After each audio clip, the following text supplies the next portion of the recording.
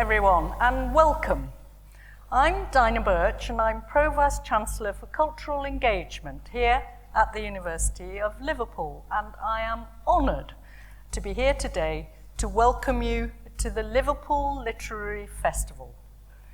So, following the success of our previous festival, and we're now on number 7, we are delighted to welcome more internationally renowned writers to this city.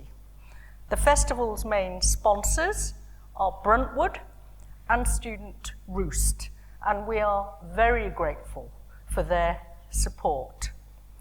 So I'm going to ask you to wait at the end of the event for our speaker, Frank, and for me to leave the hall before you do, so that we can get downstairs to the Blackwell's Festival bookstall. And there you will be able to buy Frank's books, which he will be very pleased to sign for you. There will be time after our discussion this afternoon for your questions, but please wait for the microphones when we get to that point, so that everyone can hear you. There will be roving microphones. So, this afternoon, I'm delighted to be welcoming Frank Cottrell Boyce to our festival, and it's a real privilege to have him here. So, Frank is a novelist, he is a screenwriter, he is an all-round superstar, and he is the man who made an acting phenomenon of our late Queen Elizabeth. He was born in Bootle, and he's been a huge supporter of books and the life of books in Liverpool over the years, especially books for children and books for libraries. And he's written many award-winning books for children, including Millions, Framed, The Unforgotten Coat, and most recently, Noah's Goal. But if I were to list all of Frank's achievements for you, we would be here until supper time. So instead, I'm going to, just in a little while, simply hand over to Frank. But before I do that, you'll have seen, I'm sure, from the information that we've provided for you for this event, given that we are going to be talking about the contributions of our late Queen to cultural life, Frank had a hand in that. We thought it right and appropriate just to have a minute's silence in memory of Queen Elizabeth before Frank speaks to us. So, if I may, I will ask you now just for a minute's silence before Frank speaks. Thank you.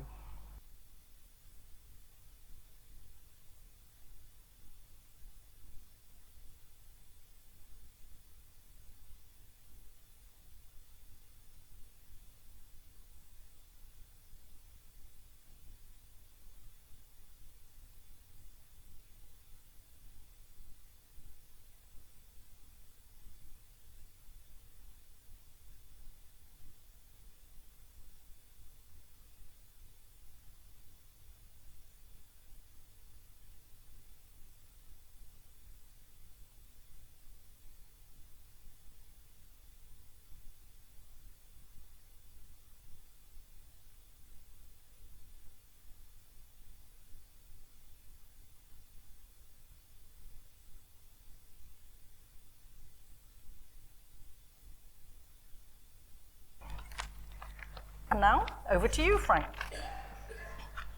Thank you. I'm going to start with a story. In 1977, a stuntman called Rick Sylvester skied off the top of Mount Asgard, which is, I think it's 5,800 feet high on Baffin Island. It's a sheer cliff on Baffin Island. And he skied off the edge of it for a stunt for the James Bond film, The Spy Who Loved Me. He'd done this kind of thing before, but he'd always been in complete control before. When you're with a film crew, you don't wait for optimum conditions, you do it when the film crew's ready. It was quite windy, he was far from home, he was very, very nervous. He skied off the edge, the skis came off as they were supposed to. There were 4 cameras, but he pulled the cord quite late, partly because he was worried about being smashed into the cliff by the wind. And so he dropped through the frame of one camera and another camera and another camera, so it was all almost not worth it. But the 4th camera caught him just as his parachute opened. And the parachute had a Union Jack on it. You might, if you've ever watched that film, the James Bond film, you'll remember this stunt. It's actually the opening of the film, and it's brilliantly done. James Bond is being pursued across the snow, then he skis off the edge, and everyone thinks he's dead, and then poof, and there's like a disco soundtrack, and as he falls off the cliff, it all goes silent, it's just wind whistling, and then the parachute opens, and the big brassy James Bond theme starts.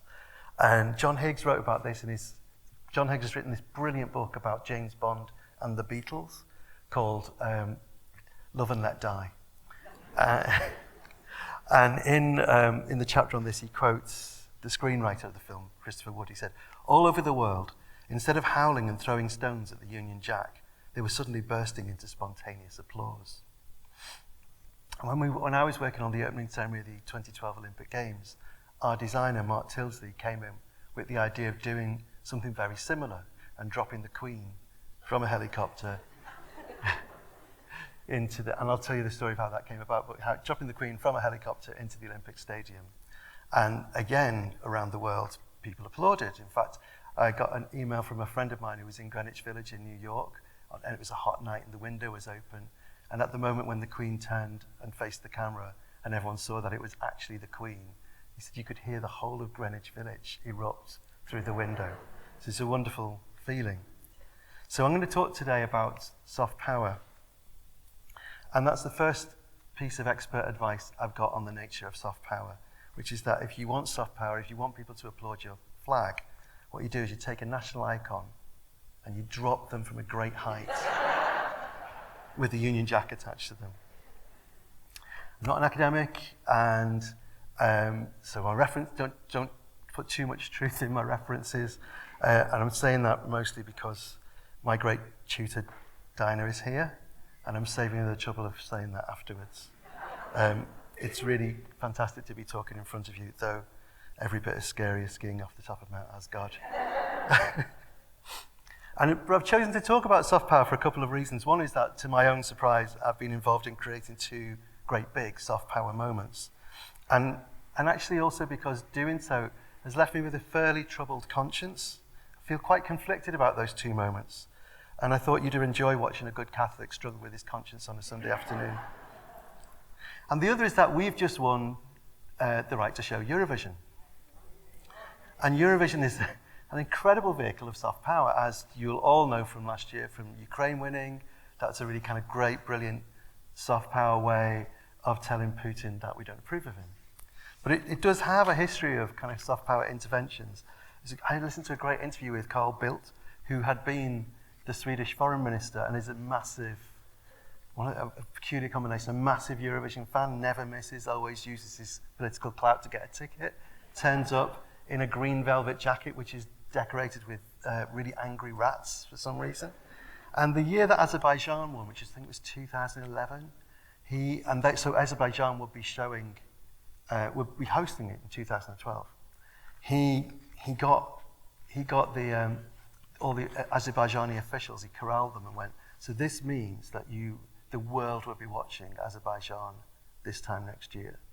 So you had better get your act together, because it won't just be nice, polite diplomats coming to see you. It will be a completely undiscriminated and hungry press. And if you don't sort your human rights out, your stock is going to go right down.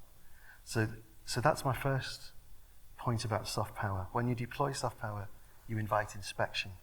So during Eurovision, behave yourselves. The phrase soft power was invented by, the concept was sort of solidified by Joseph Nye, who's one of the founders of sort of neo-colonialism. And he came up with it in a paper that he wrote for Foreign Policy in 1990. And it seemed like soft power was like a completely benign way of exercising political influence without bloodshed. And he would think that, because of that generation, he's a bit older than me, but they'd come through a Cold War that in the end had sort of been resolved relatively peacefully, often by cultural power, especially if you count in something like the space race, which retrospectively is an amazing thing that, that we could have blown the entire world up, and instead we did this sort of beautiful, crazy thing of putting people on the moon. So it definitely can be very effective. So that first Bond film, the reason that the very first Bond film, which created this sort of image of Britain as cool and adept and able to roam around the world, that comes out when Britain's reputation is absolutely on the floor. Rationing's only just over. People are very tired of it. And that's The Spy Who Loved Me that I referenced before. That came out in 1976, I think, or 1977, against the background of another Jubilee, the Silver Jubilee, which, unlike this Jubilee, was very, very contested. That's the Jubilee where the Sex Pistols' God Save the Queen had every bit as much traction as the official God Save the Queen. And Nye himself, Joseph Nye himself, said that what we did in 2012 put us back at the top of the league of soft power in the world. That opening ceremony had a huge impact. And one of the most surprising things in my life is that people still talk to me about that, because it was supposed to be a one-night-only event, but it seems to still have some cultural traction and some cultural significance that we could talk about. It's become partly a way of contrasting where we are now with where we are then. And one of the things that I feel conflicted about is that where we are then is not that great a place either. I think we've forgotten just what a negative effect the war in Iraq had on our international reputation and the USA's international reputation. If you have soft power for anything, it's for defending the idea of a rules-based world, and we waged an illegal war. We created all kinds of enemies around the world. So that moment, which seems so kind of idyllic in retrospect, is actually quite conflicted, and that's part of the thing about soft power, that it can create an illusion. But the core concept of soft power is that the country that tells the best story wins. And that's an idea that gives you lots of hope, because it's an idea that says a small country can punch above its weight, that Greta Thunberg can punch Donald Trump out, that schoolgirls in Iran can punch harder than Ayatollahs in Iran. And it also is very flattering if you're a writer, because it's basically Shelley saying, writers of the world's unacknowledged legislators, which I'm completely going to go with that. And of course, the phrase soft power is that, so it's like 30 years old, but obviously the concept is vastly, vastly older. When you think of Cleopatra, you think of, a woman who beggared all description, lying in a pavilion in the cloth of gold of tissue, or picturing that Venus where we see the fancy outwork nature on either side, pretty dimpled boys like smiling cupids. Caesar installed a statue of Cleopatra as Venus in the temple. That business on the barge is like one of the great soft power moments. That's when she was summoned to Tarsus to meet Antony, and he waited for her in the square with all the kind of might of Rome behind him, and she turned up so spectacular, and the boat was like a yard deep in rose petals. You could smell it half a mile away. No one was going to stand there, standing next to a Roman emperor, a Roman, what's his rank? What did you call it? Anyway, a Roman general, when you could go and see that. So he was left alone in the empty square while everyone went to gawk at this incredible spectacle. And that is kind of that, to me, in a nutshell, that is sort of the pull, the attraction of soft power. Cleopatra was absolutely brilliant at this. She had so much style at the donations of Alexandria, where she kind of recovered all these lost territories of Egypt. She crowned all her children in these little territories, and gave up Antony territories, and then crowned herself Queen of Kings. Isn't that fantastic? And you all know how that ended. So that's my next lesson about soft power, that you can be too good at it, and it can lead you astray. But you're kind of left with that abiding image of Cleopatra as a kind of goddess, an ancient Egyptian goddess, even though historically she's much nearer to the smartphone than she is to the ancient Egyptian pharaohs that she dressed up as. The gap of time between her and the smartphone is smaller than the gap of time between her and the pharaohs, which is kind of mind-blowing, I think. So you can be too good at soft power, and there is a limit. There is a limit to how much soft power you should exercise, which I discovered and which we'll talk about when I did Paddington and the Queen. I was like, that's too much soft power.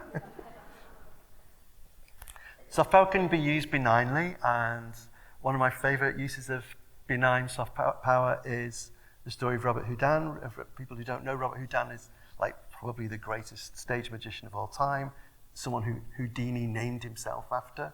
Houdin built these amazing automata. He's famous for all these incredible breakthrough magic tricks, the ethereal suspension, this extraordinary thing, the marvelous orange tree. But one of his great kind of showstoppers was I think it's called the light and heavy box. So there would be a box on the stage, and he would invite someone up to lift it up. And it could be lifted up easily, it was an empty box. Then he would say a magic spell over them and say, lift it up now. And they couldn't lift it up. He would say, I have deprived you of your strength. Now you're as weak as a woman, he would say. And I've deprived you of all your strength. And these big, burly guys couldn't lift this box up. And it was a trick that he did with electromagnets. And Louis Napoleon, who became, Napoleon III in 1856, France was very troubled France had this kind of system in North Africa where they had these relationships with local marabouts, with Islamic religious leaders who had kind of a shamanistic approach to things, and they were kind of friendly, but this was a French proxies, and the temperature was sort of changing between France and North Africa. So Louis Napoleon sent Robert Houdin to North Africa to perform this trick, but not as a comedy turn, but as a show that he was a better magician than local magicians, and it's called the War of the Wizards. He did that, and he also did the bullet catch, which is an incredibly dangerous trick where people try to shoot you, but you catch the bullet in your teeth, and it is very dangerous. Lots of people have died as a result of the bullet catch, but Houdin didn't. And a war was averted, so that is the benign use of soft power. Another great, but it can be unpredictable.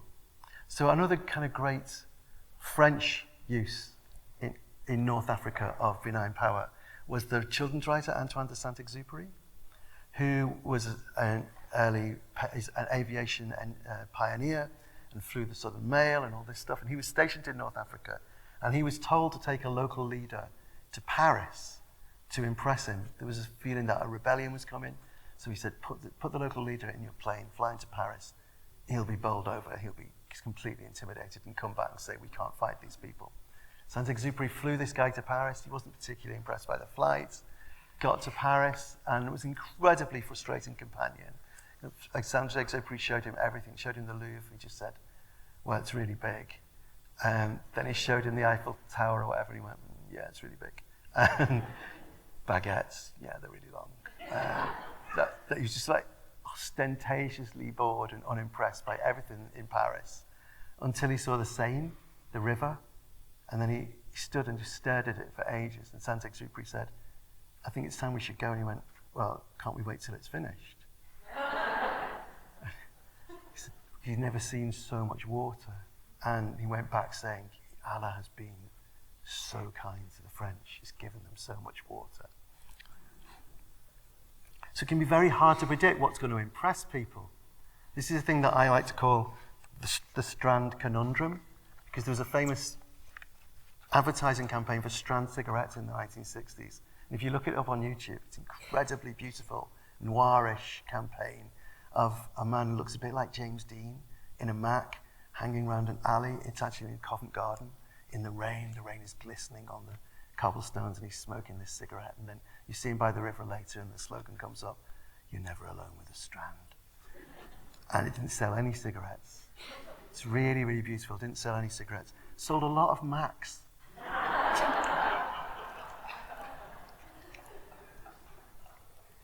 So that's my next, that's the next thing I know about soft power, that the effects are hard to control, they're unpredictable. I listened to an interview with Gavin Esler, who was in Tiananmen Square, and the atmosphere, febrile, exciting, liberty, and talked to people about what they were there for, what they were fighting for. They all said democracy. And then he started saying to them, what's democracy? He said, it's what we haven't got and what you've got. And he said, like, details? And it was all consumer stuff. It was all about the more abundant life.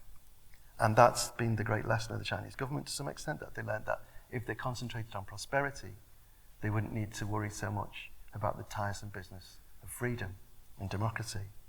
And we had that experience. We were in Budapest just before the wall came down, and we were talking to people. We were staying with people, we were visiting people who had this apartment that looked over the Parliament building, by the St. Margaret's Island, on the river. Beautiful, beautiful apartment in a sort of Art Nouveau building.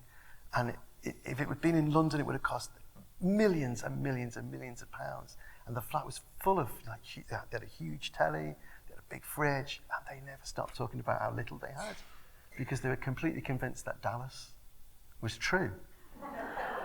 They thought that was socio-realism. And they were sitting there going, but you have so much. And we're going, like, not like you, mate. Part of that unpredictability is that you can't really predict what the wellspring, what your source of soft power will be. So with James Bond, that's easy to see. It's really easy to track that. Ian Fleming's very much a member of the establishment when he wrote those books. And you can see those books as a kind of wish fulfillment of an establishment that's lost a lot of political influence and is dreaming of what it would look like to have that back. And he's writing from very, very much inside that world. He's very, very well connected. And so you can kind of see what the appeal of that is. And I'm not saying it's unappealing. That sequence at the beginning that I described from The Spy Who Loved Me, I find that really, really interesting. There's lots to love about that, about panache, about humour, things that I would love to think are qualities that we do have. It's also, one thing that I really like about it is it's a retreat. He's not fighting back. He doesn't blast them away the way Schwarzenegger would have done. He jumps off a cliff and with one bound he is free. And I find it lovable that this country celebrates its defeats and its retreats more than its victories. We love Dunkirk. We love the Charge of the Light Brigade. We barely ever talk about El Alamein or any of our other great victories. And, we used to live in France, and that was something that really kind of struck me, that we can be proud of our failures, or we find something good in our failures. So there's all that. But that film, that first James Bond film, Dr. No, one of the reasons that was very successful, according to its producer, Terence Young, is that we landed in the right year, the right month, and the right week. And what a week that was, because it's the same week that Love Me Do came out. It's the same week that the Beatles began their career. So these two enormous, iconic cultural moments happened in the same week. And that John Higgs book that I mentioned before, that's a book that sort of tracks the way these two things are intertwined and talks about, the appeal of the Beatles and the appeal of Bond, and what they're two very different things, and yet they seem to have a lot in common when they're seen in the wider world. The Beatles moment doesn't need to be described anymore. That moment, that Beatles moment, seems to become more important as the years pass. It becomes more kind of undeniable that they did something really astonishing, and that the music is truly enduring, that it's a body of work in the same way that sort of Shakespeare's plays are, that it's sort of going to be uncontestable in its own field. It's quite hard to see what that has in common with Bond. There's one thing that I think is really, really important, and it's really kind of worth noticing, is that although the Bond books are written from the heart of the establishment, and they're very aggressive and violent, and they're about power, the casting of Sean Connery was an absolute stroke of genius, because it made Bond look classless. So that in that same moment, the Beatles and Bond are projecting an image of Britain as sort of classless, like a kind of meritocracy, a place where everybody could succeed. I've written here, pause for bitter laughter at this point.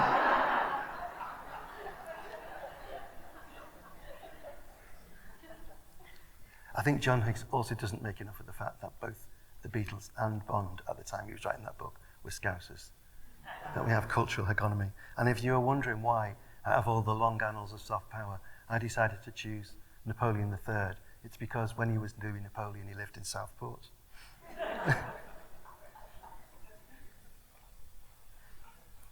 The music of the Beatles, like, you know, leaving aside its own cultural significance in art, had a huge part to play as soft power in the Cold War. And Leslie Woodhead, Leslie Wood is such an interesting character. He's a sort of journalist, and he was the first person to put the Beatles on television when he worked at Granada. And this odd little piece of synchronicity is that he was a fluent Russian speaker. So when he became a Russian correspondent, he was sort of very interested in the Beatles and tracked everything, and wrote a really, really great book called The Boys That Rocked the Kremlin, about the sort of career, the impact of the Beatles in Russia. And he interviews this guy, I've written his name down, I can't see it now. Oh yeah, Kolya Vassin, who was like the Beatles' #1 fan, and who had these amazing interviews about being stopped at the Finland station like Lenin, but for having too long hair, and feeling that, well, I am the bringer of the next revolution, the Beatles revolution. I'm the bringer of that, the way Lenin was the... And Kolya had these great quotes. He said, the Beatles became like an integrity test. When anyone said anything against them, we knew just what that person was worth. When people spoke against them, we knew that our teachers or our politicians must be idiots. And people did say things about them, things like, the monotony of yeah, yeah, yeah will destroy your class consciousness. And there's a Soviet documentary called Pop Quartet, The Beatles. And I'm going to read you bits from the commentary of it. These gifted guys are real cash earners. Struck down with psychosis, their fans don't hear anything anymore. Hysterics, screams, people fainting. And they intercut the footage of the Beatles with images of the KKK and people in desperate poverty in the south of the American southern states. Keep dancing, lads. Don't look round, says the commentary. You don't want to know what's really happening. Keep going, louder and faster. You don't care about anyone else. So the music at this point is kind of Orphic, that nobody can kind of ignore it. It's so obviously good that when the authorities slagged it off, they discredited themselves across a whole range of areas. Once people heard the Beatles' wonderful music, says Collier, it just didn't fit. Their prognosis did not correspond to what we were listening to. The system was built on fear and lies, and in this way, the music put an end to that fear and exposed those lies, which is, that's a brilliant definition of soft power right there, I think. Just an interesting side note that I think people think all Western pop music was banned, but it really wasn't. The Soviet authorities were very, very keen on the Bee Gees. And particularly Saturday Night Fever and also Boney M. They love Boney M, but they banned Rasputin. I even pronounced it Rasputin, which is very, that's fair enough. It's very historically inaccurate. But their thinking was that disco music, because it was so rigid, would be contained on the dance floor and would never spill out onto the streets. So anyway, that's another lesson. It's the music itself is Orphic. It breaks down barriers. It makes people listen. So that if you're going to embrace soft power, you better make sure that the art or the work that you're using is good work. And another thing is that it helps if you're telling the truth. It seems to me, like I said before, it seems a bit strange to link the Bond and the Beatles, because Bond is snobbery with violence, and the Beatles were sort of love and peace. And actually, James Bond actually slags the Beatles off in Goldfinger. I don't know if anyone remembers this, but he says there are some things in life that are just not done, like drinking Dom Perignon 53 at the temperature above 38 degrees Fahrenheit, or listening to the Beatles without earmuffs.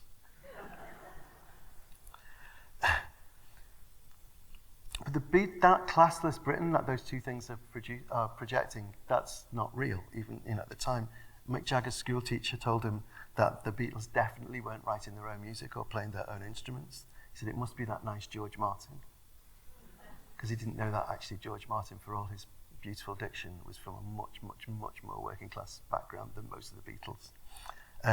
Ted Heath said a thing about the Beatles not speaking the Queen's English. And John Lennon said, well, we won't be voting for Ted then. And if you watch the build-up in Get Back to that concert on the roof, you can see that their presence in Mayfair is a kind of invasion.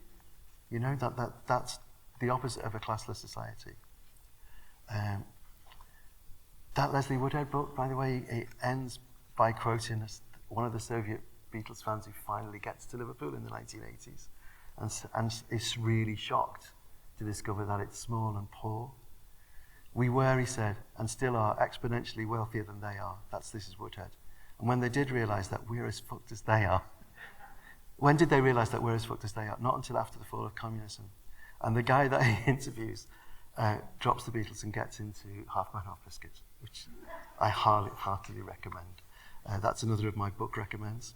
So great soft power needs great work to support it, and that's a sort of conundrum, because great work doesn't generally come from within the establishment, and it often doesn't come from places that are good to live. You might think it would have been wonderful to have seen Henry V acted at the Globe in Shakespeare's day, but you wouldn't have liked the walk home. So there's a contradiction there, and it's very hard for a state to create the weaponry of soft power. The Soviet Union put a lot of work into making the Bolshoi look great and to taking the Bolshoi around the world. But the minute one dancer defects, the whole illusion comes tumbling down. They put a lot of work into young gymnasts, and the minute you find out how that works, that shows not the best of your system, but the very, very worst of your system. The best known gold story like that, I think, and I'm going to tell you, is the abduction of Shin Sang-ok and Choi On-lee. Do you know this story from North Korea? It's a fantastic story. Okay. Relax, this is a good story. This is in 1978. South Korea in 1978 already had a very successful, not very successful, but had a prestigious film industry. And it revolved entirely around this guy, Shin Sang-ok, who was a terrific film director and had films out of South Korea that went all around the world. They're in lots and lots of competitions, and they win loads of prizes. And his muse, the main actress, is this woman, Chow Kun-hee. And Kim Jong-il, who became the supreme leader, was at the time the propaganda minister, and was very, very worried because the films that they made in North Korea were rubbish. And the danger that he saw there was that people would start looking elsewhere for content, and they would start looking at Western films. So he had this brilliant idea that he would kidnap the best filmmaker in South Korea and his muse and bring them to North Korea and make them work for him. So instead of letting people steal films from abroad, he would actually steal the filmmakers and dominate them. So, and there's a lesson for life here. He kidnapped Chow by sending some guys down and telling her, she was an actress, she was a terrific actress, but saying her that they thought she'd be a great director, which every actor wants to hear that. So she went, yeah, I think that too. And he went, we've got this idea, it's this guy in Hong Kong would love to meet you. Yeah, I'll come with you. It's like, would you like to see some puppy dogs, basically? She said, yeah, I'll come to Hong Kong. And of course, she got on the boat to Hong Kong and off it went to North Korea. And she was never seen again. And then, and very, very romantically then, Shin went looking for her. And that's how he ended up in North Korea. Well, he was incredibly happy for a while because he had the full apparatus of the state at his beck and call. He didn't have to worry about budgets and producers and commissioning editors and idiots.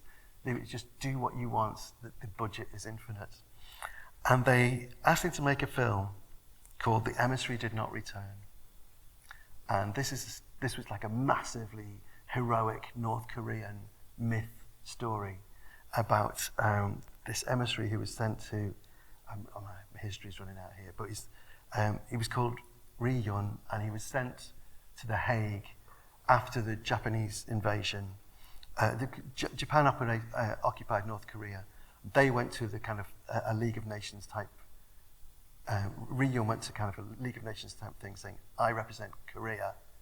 And they said, no, you don't, because the Japanese are doing that, so don't worry, you can go home. And in the myth version, this didn't actually happen, but he committed hara-kiri there and then. And it was this amazing, historic, heroic gesture, and that's why it's called The Emissary Did Not Return. That's why the film's called that. It was to compound this myth. So it's like, if you think of Braveheart, it's like a North Korean Braveheart. This guy did this incredible thing for his country, And the plan was that every school kid would have to watch this and identify with, that heroic sacrifice for the fatherland, for North Korea. And Shin had such influence that he said, well, we'll need to go to The Hague to shoot this. It's got to look real. And no problem. Of course. Right. So the film comes out, and people are kind of watching the story, but they're mostly looking at Holland going, wow, look at those bikes. Look at this coffee.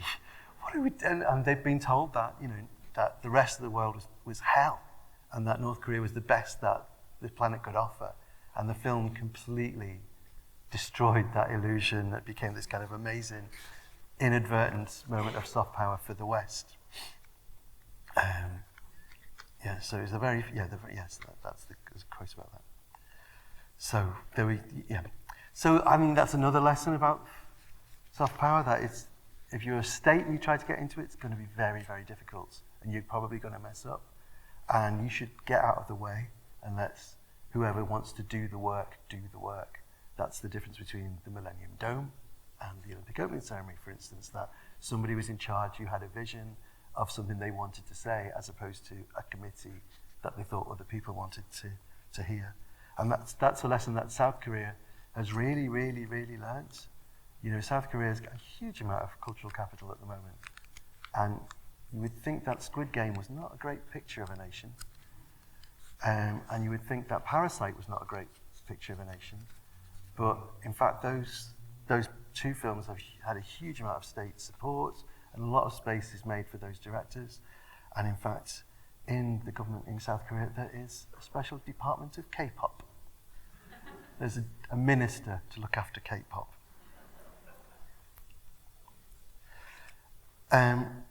So I think the key thing to make it work is that it has to have at least some element of truth in it.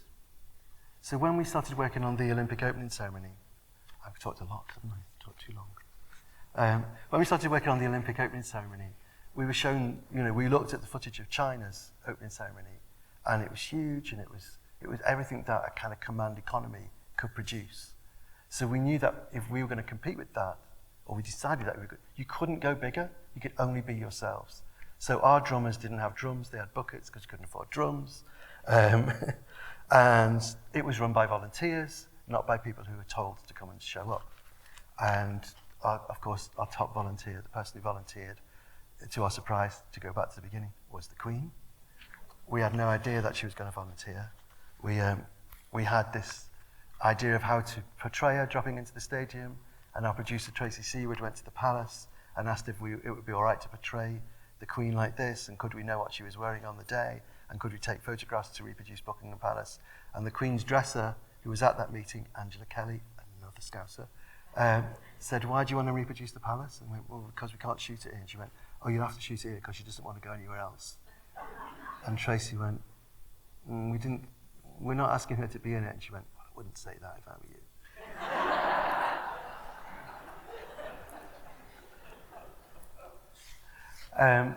So that's how we got, so from top to bottom, from the top of the nation to the bottom, it was voluntary.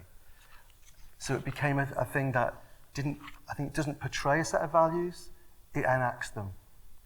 And that inside that stadium was a little utopia. But and it really was a little utopia. People brought their own game to that event. And it was a beautiful thing to be in there. But I haven't forgotten that it wasn't like that outside the stadium, that picture of Britain that has become retrospectively has some kind of authority as a picture of where we were. That isn't true, There were missiles in the East End in case there was trouble at the games. I nearly walked off it because the wrap for the stadium, which I had personally campaigned for it to be a vertical garden, was in fact a big plastic wrap produced by the corporation who were entirely responsible for the Bhopal disaster. And I had endless meetings trying to sort of do something about that, and nearly walked off it and thought, well, out of personal loyalty, I couldn't in the end. So that's kind of what I've struggled with my conscience about. It's like that you produce this image that's very, very beautiful, but you kind of know that it's also not entirely true. And I think that's true also of the other great, or that's something that troubles me about the other big soft power moment that I was involved in, which is the Paddington having tea with the Queen. which she also volunteered for, apparently. So I'm very, very proud that in the Olympic opening ceremony that we showed a lot of children's literature. As Dinah said, it's very important to me. And we had, Harry Potter in there, and we had Mary Poppins in there. And I feel very, very proud that I was part of bringing Paddington to tea with the Queen. That puts children's books at the centre of the stage. And that turned out to be an incredibly potent image. I was lucky enough to be part of the conversation around the very first Paddington film. And it was Denise, my wife here, who pointed out that Paddington, left at a station with a little ticket, please take care of this bird, a little suitcase, is this very potent collision between our kind of national memory of the war and evacuees, but also of refugees. And that this is a very, very powerful image. And Denise had worked with refugees for many years and wrote a great book called Welcoming the Stranger, which is a phrase from Matthew's Gospel. I was thirsty, did you give me to drink? I was hungry, did you give me to drink? I was a stranger, did you welcome me? And that we forget that passage is something to do with judgment. That passage is not just, did you behave properly? It's like, because judgment is coming. And it's sort of bound up with death. So there's this vortex of material in this sort of apparently quite innocent meeting between the Queen and Paddington. Huge kind of, other aspects of it. And I've been witness to kind of loads of debates about what that meeting means. That it is about welcoming refugees. It is about welcoming the marginal. Paddington is all those figures in the gospel who you're asked about as you're about to face judgment. But I've also had the opposite. That Paddington is this sentimental idea of this is the good refugee. This is the one who wants to fit in. He's well mannered. Everybody knows that Paddington isn't going to run off and join the FARC guerrillas, even though he's Peruvian. And I know he's not because I'm working on Paddington 3 and I have pitched that as an idea. So this huge sort of vortex of ideas around it. And then, so I tried to think, what does that mean that if you produce something that everybody loves for that moment and feels a kind of warm glow about, but it isn't actually true because obviously those values are very, very contested at the moment. They're very contested from the top of government to, across the country. Those values, even his politeness is sort of suspect because we live in a very shouty age. And I've sort of settled my conscience around the idea that those kind of soft power moments, they don't show you what you are, but they show you, going back to Philip Sidney, what you could be. That they hold they're all right if they hold a kind of ideological aspiration. So they show us what we could be rather than what we are. One of the things that's come out about Paddington is that there's been a lot of talk about whether the Queen was deep fake. Nobody's questioned whether the bear is deep fake. And I have had messages about this because it was produced by a woman called Rosie Allison, who just did that TV series Capture, which is about deep fake. So this idea, yeah, I just want to quickly say this actually because I will forget. So that sort of gives you this window into this sort of world of lies. And I'm reminded that soft power isn't always benign. That's the last thing I want to say. It's not always benign.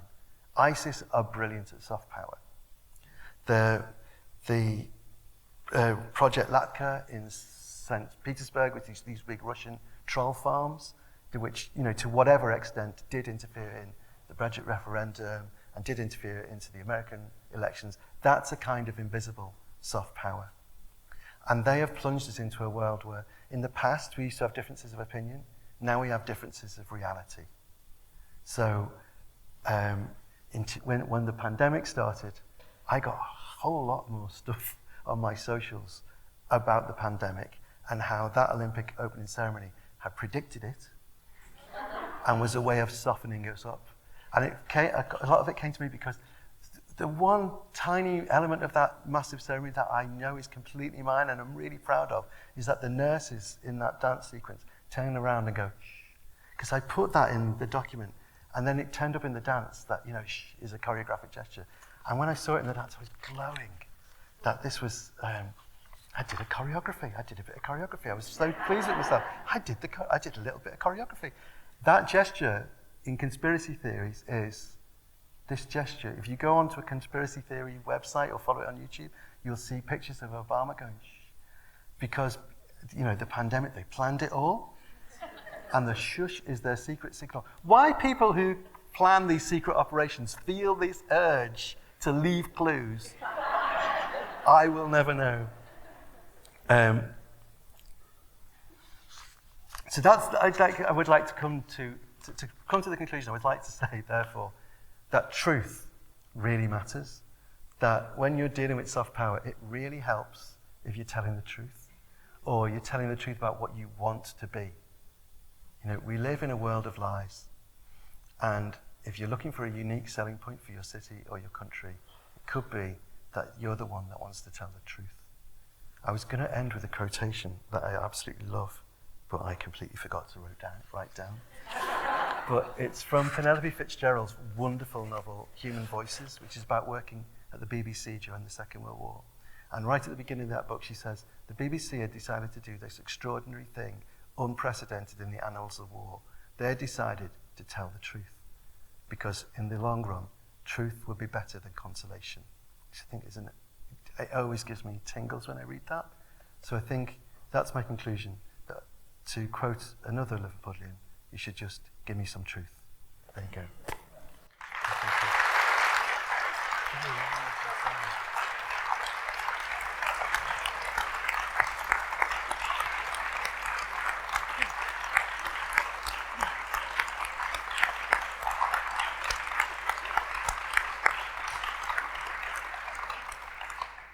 Thank you, Frank. Top marks for that. Top marks. I can die happy. I hope you're telling the truth, Diana. I am telling the truth. I'm going to hand over to the audience for questions quite soon. Because I talked too much. No, but I do want to ask one question of my own. You talked briefly about the Scousers and their relation with soft power, the Beatles, Bond, Eurovision coming our way. Do you think there is something distinctive about the culture, Liverpool, the region, maybe even the Northwest or the North? Yeah. I mean, it's hard to know, isn't it? It's like, it is noticeable. I mean, that could be just my prejudices, because I live here and I love here.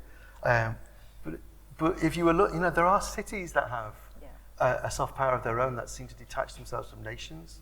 So, Florence in the Renaissance, or New York does, or Barcelona does. And I'm always struck when I travel that people know Liverpool, know that name of Liverpool. And obviously it's because of football and the Beatles, and it's an amazing sort of coincidence that we're preeminent in pop music and in popular culture. And I do notice that things that come to Liverpool sort of become, by some kind of alchemy, whatever they are, they end up as popular culture. So the biennial, if it was anywhere else, would be quite an earlobe holding event, but the biennial always feels a bit like a street festival. And maybe it's to do with trouble. I love that moment in The Third Man where Harry Lime says to Holly, well, Holly, he said, what did he say? I'd love to cut you in. But the fact is that during the Renaissance, Florence was troubled, Italy was troubled by war for 100 years, war and rebellion and plague and fighting and crime for 100 years, and produced Leonardo da Vinci, Michelangelo, Raphael. And Switzerland has known nothing but peace and love for 200 years and has produced the cuckoo clocks. Yeah. I wonder, is it anything to do with Liverpool's history as a trading city, outward-facing? Yeah, I think it's the outward-facing thing, and Irishness.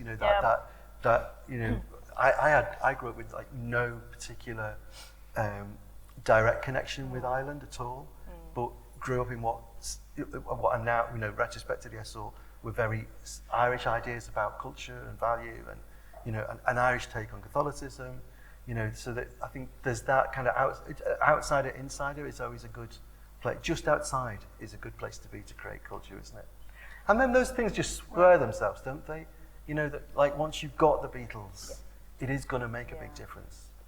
I think there's a bit of Welshness. Oh, Yeah, yes. I definitely think that's a big thing. Yeah. You know, another talking culture. Yeah. But also, I'll never stop talking about this. Like the Chinese influence on Liverpool is always understated. I think, you know, that's a huge thing about part of our identity. So that I think, that's always understated, and the story of that influence again is very troubled, isn't it? Yeah, I agree, and it is often forgotten. Yeah. Yeah. And like the Irish influence carries the kind of the weight of famine and hunger and all that, and I think the Chinese, those terrible injustices that were done to Chinese sailors at the beginning of the war. So, yeah. Thank you. So I am going to open the floor for questions for Frank, and again, wait for the mic when you have your hand up. Yes, question at the front here. And here comes the mic at top speed.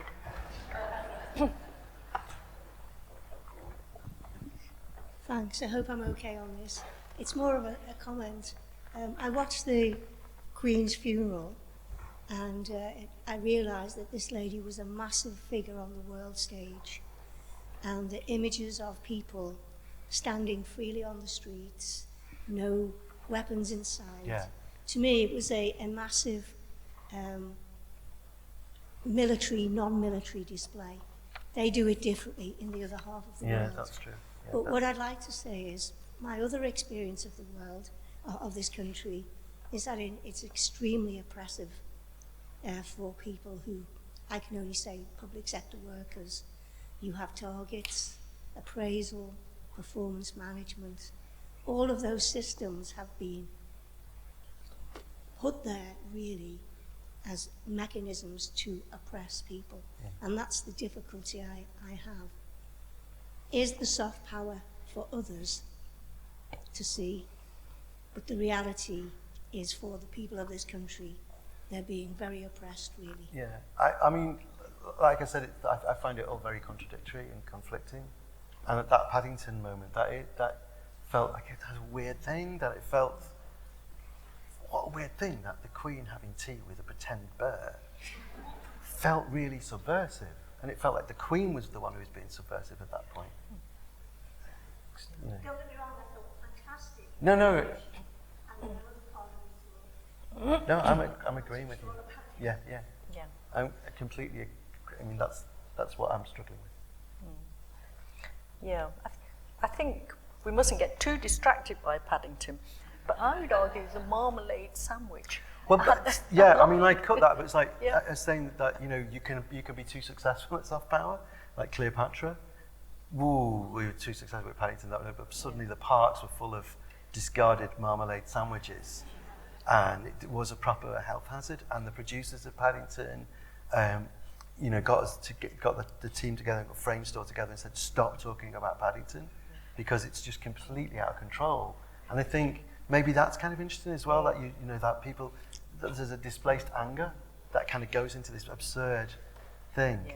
And also there's memes. There was like a meme of Paddington leading the Queen into the next life, which is like, whoa, that was everywhere. It's like, so what? Paddington's the Grim Reaper?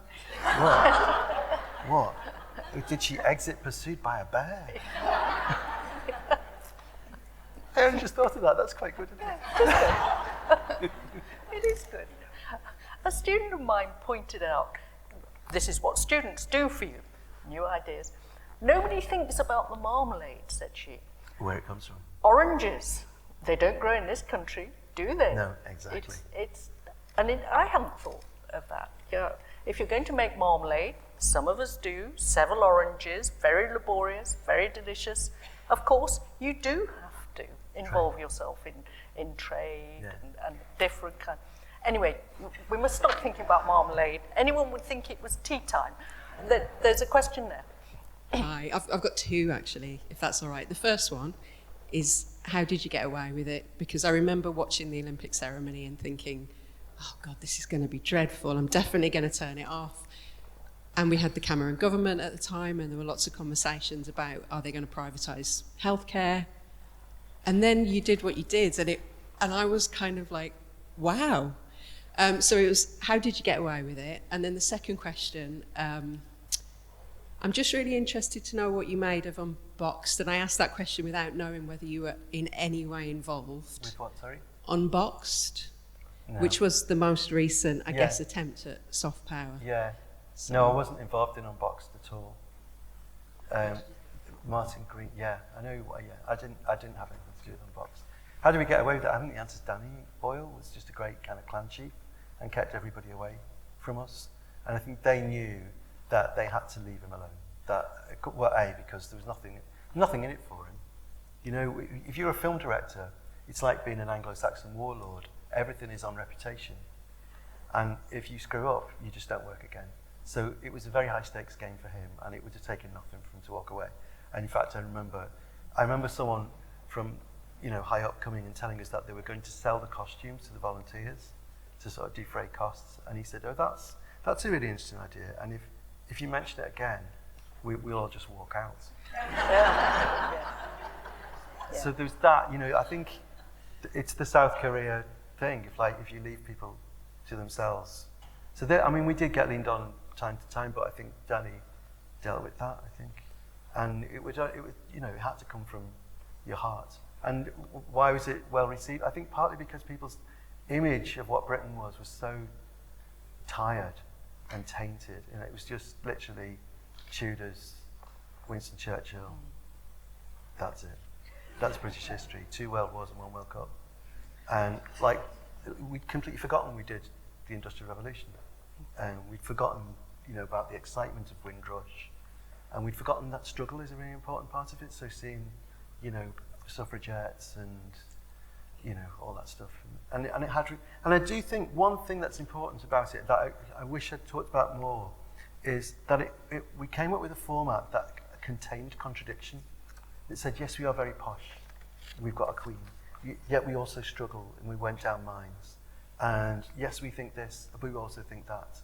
And that there was room for dissonance in it. And that's a thing that we got from, I'll go on about it forever, but Humphrey Jennings, who made great soft power documentaries in the Second World War out of collage. And he was a huge influence on the opening ceremony. And that idea of collage, that you didn't have to kind of make a flowing narrative of something. It could be one thing and another, and that they would have an energy together. That seems to me a great formula for a nation, that it can contain disagreements, and that, that flavours can spark off each other. What Larkin called a frail travelling coincidence. We've lost that. I think that part of that troll farm thing is that we now shout at each other, and everything is binary, and you have to be one thing or the other. Folk, I do not know quite how this has happened. Did ever an hour pass more quickly or more enjoyably? But we have run out of time. Fortunately, Frank will be around for a little longer, signing books, and it may be that if you do have questions that you weren't able to ask, you could put those questions to Frank at the book signing. I'm sure that you will all want to join with me in thanking Frank once again for a really stupendous session, really so interesting.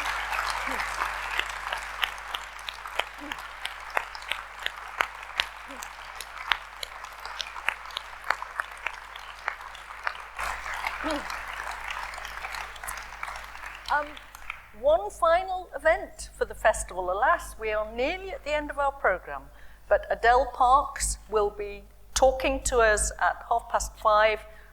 I do want to encourage you to stay if you possibly can, because that too will be a terrific event. Thank you.